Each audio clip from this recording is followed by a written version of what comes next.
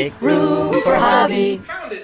Welcome to my Project a Day video, where I explain a project or tell a story each day for a year, and I attempt to complete my shop. Today is day 2 of 365, and today's project is the lights for the first quarter of the shop.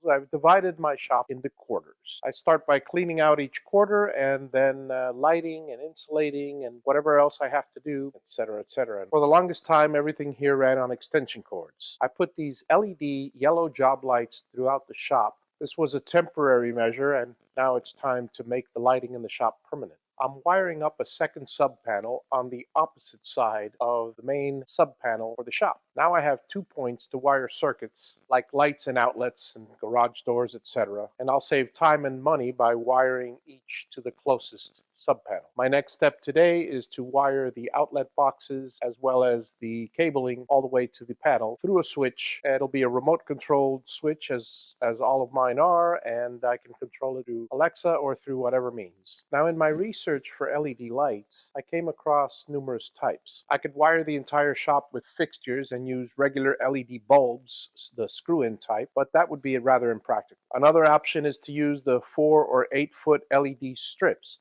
I have quite a number of them, but I'm going to reserve them for task lighting. So I based my decision on big warehouse stores like Sam's, where they have these huge bay lights. The modern version of that is this LED UFO light. They call them UFO lights because they look like little UFOs. Not that I know what a UFO looks like. The entire shop used to be lit by 2 extension cords with 10 LEDs each that had 100 lumens each, for a total of 2,000 lumens for the entire shop. This particular quarter of the warehouse is where I'm going to be doing some mechanical work. I'm also going to be storing the tractor and the mower here. I wanted it very well lit. I'm using 6 UFO lights just in this section with a brightness of 10,000 lumens each. Other sections of the warehouse, like storage or the entrance section where I don't have any tools, or the garage, for instance, will require only 1 UFO light per 20 by 20 bay. The warehouse floor is divided into 10 by 10 sections. There are 4 10 by 10 sections in a 20 by 20